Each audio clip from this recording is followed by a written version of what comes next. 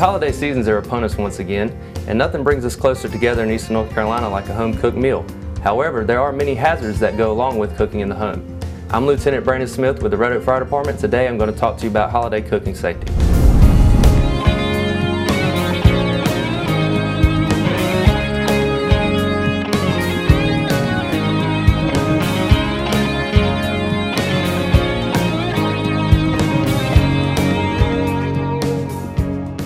Regardless of where you do your cooking this holiday season, every home needs to have one of these. Without a proper working fire extinguisher, even the smallest fires can turn into major disasters. The typical fire extinguisher you need to have in your house would be a dry chemical ABC fire extinguisher.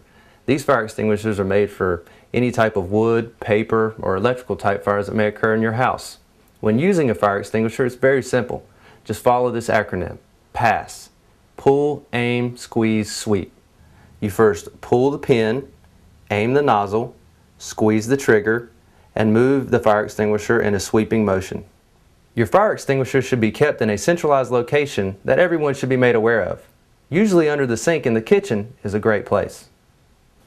During the holidays, there are three main areas that home cooking takes place. You have the stovetop, the oven, and outdoor grills and fryers. Each one poses unique fire hazards, and we want to discuss them today. Let's start with the stovetop.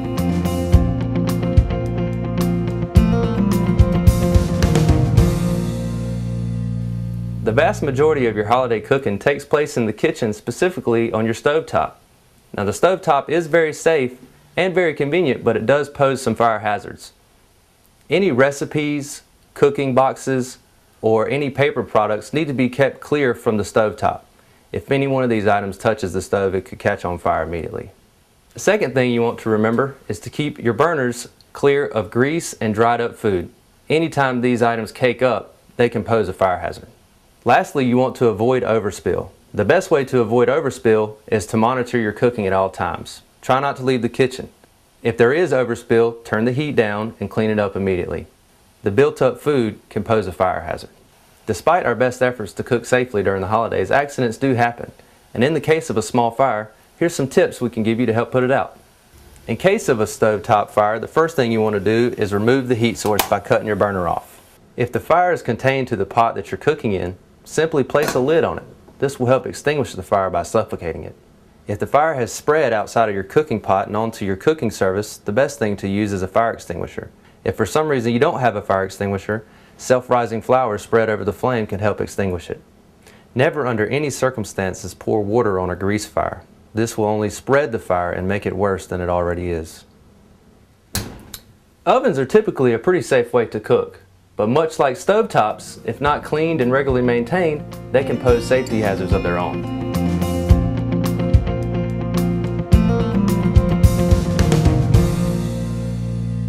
Before turning your oven on, make sure you check inside to see if anything flammable may have been left in there. Just because you didn't leave anything flammable inside the oven doesn't mean somebody else couldn't have.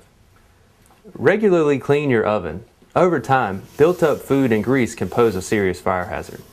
To prevent burns, it's important to use oven mitts or rags to remove pots and pans from the oven, even if the oven's been off for a while.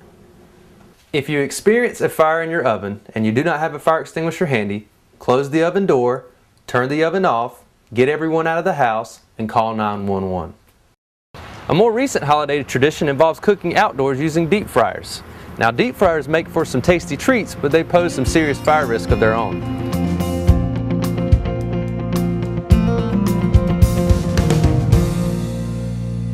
Safety with deep fryers starts before the cooking ever begins. Make sure that your cooking setup is outdoors, on level ground, and away from any structures. When pouring your oil into your pot, you want to do this before you have ignited your burners. Pouring the oil in a slow, steady manner will help prevent splashing.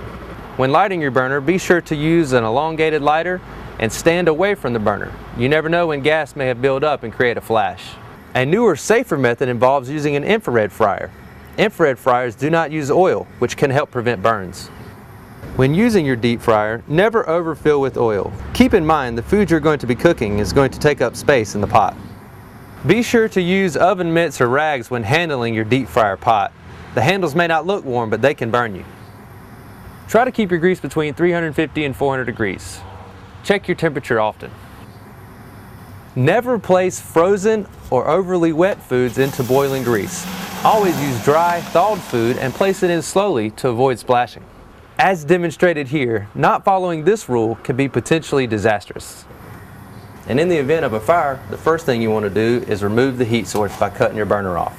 Covering the pot with the lid removes the oxygen and will put the fire out. It's important this holiday season that you do not cook using methods or techniques outside of your ability. Always keep emergency contact information handy, just in case.